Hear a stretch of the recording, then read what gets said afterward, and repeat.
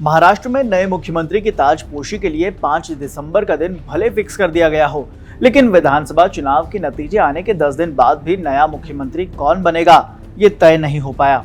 कहा जा रहा है कि बुधवार को 2 केंद्रीय पर्यवेक्षकों की मौजूदगी में भाजपा विधायक दल का नेता चुना जाएगा। इसके बाद महायुति के तीनों दल राज्यपाल के पास जाकर सरकार बनाने का दावा पेश करेंगे। तैयारियों के मुताबिक 5 दिसंबर को शाम 5 बजे नई सरकार का शपथ ग्रहण होगा। मगर शिंदे और अजीत पवार के एक फैसले के बाद सवाल उठने लगे हैं कि कहीं शपथ ग्रहण टालने जैसी नौबत तो नहीं आने वाली।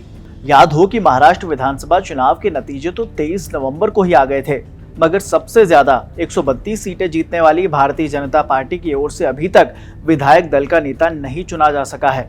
इसके कारण सरकार गठन की प्रक्रिया आगे नहीं बढ़ पा रही है। सरकार गठन में हो रही देरी के कारण विपक्ष भी अब हमलावर होने लगा है। शरद पवार वाली एनसीपी के चीफ शरद पवार इसे जनादेश का अपमान बता चुके हैं, तो उद्धव वाले शिवसेना के चीफ ने राष्ट्रपति शासन लगाने तक की मांग कर दी है। मगर इसी बीच भाजपा नेतृत्व ने गुजरात के पूर्व मुख्यमंत्री विजय रूपाणी और केंद्रीय वित्त मंत्री निर्मला सीतारमण को केंद्रीय पर्यवेक्षक के रूप में मुंबई भेजने का फैसला किया है। महाराष्ट्र भाजपा के सूत्रों के मुताबिक 4 दिसंबर को सुबह 10 बजे विधान भवन के सेंट्रल हॉल में केंद्रीय पर्यवेक्षकों की मौजूदगी में भाजपा विधायक दल का नेता चुना जाएगा, जो महाराष्ट्र के नए मुख्यमंत्री के रूप में 5 दिसंबर को शपथ लेगा।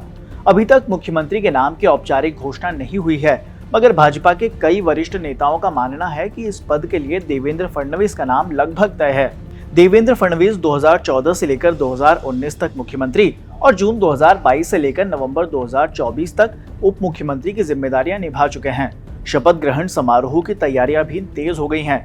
भाजपा के प्रदेश अध्यक्ष चंद्रशेखर और वरिष्ठ नेता प्रवीण दरेकर ने बीते दिन मुंबई स्थित आजाद मैदान का दौरा किया। उसी मैदान में प्रधानमंत्री नरेंद्र मोदी की उपस्थिति में नई सरकार का शपथ ग्रहण समारोह होगा। उधर दूसरी तरफ कार्यवाहक मुख्यमंत्री एकनाथ शिंदे के सातारा स्थित अपने गांव से ठाणे वापस आ जाने के बावजूद 2.5 साल से राज्य में सत्तारूढ़ गठबंधन महायुति की बैठक सोमवार को भी नहीं हो सकी। तेज बुखार और गले में संक्रमण की शिकायत होने की वजह से उन्होंने अपनी सभी बैठकें रद्द कर दी हैं। इसमें महायुति के तीनों दलों के नेताओं की बैठक के अलावा उनकी अपनी पार्टी की बैठकें भी शामिल थीं। उधर महायुति की बैठक न होती देख एनसीपी के अध्यक्ष अजित पवार भी दिल्ली रवाना हो गए हैं, मगर ये साफ नहीं है कि वहां उनके किसके साथ मुलाकात होनी है।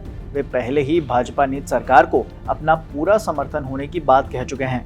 शिवसेना शिंदे गुट के नेताओं का भी कहना है कि सरकार के गठन में कोई अड़चन नहीं है। उधर एकनाथ शिंदे के बेटे श्रीकांत शिंदे ने उप मुख्यमंत्री के रूप में चल रही अपने नामों की खबरों का खंडन करते हुए इन सभी खबरों को बेबुनियाद बताया। उन्होंने सोशल मीडिया पर लिखा कि उन्हें मंत्री बनना होता तो वे केंद्र सरकार में ही मंत्री बन गए होते। ऐसे में अब ये देखना दिलचस्प होगा कि 5 दिसंबर को मुख्यमंत्री और उप मुख्यमंत्री के रूप में कौन शपथ लेगा। तब तक ताज़ा अपडेट्स के लिए आप देखते रहिए दैनिक जागरण।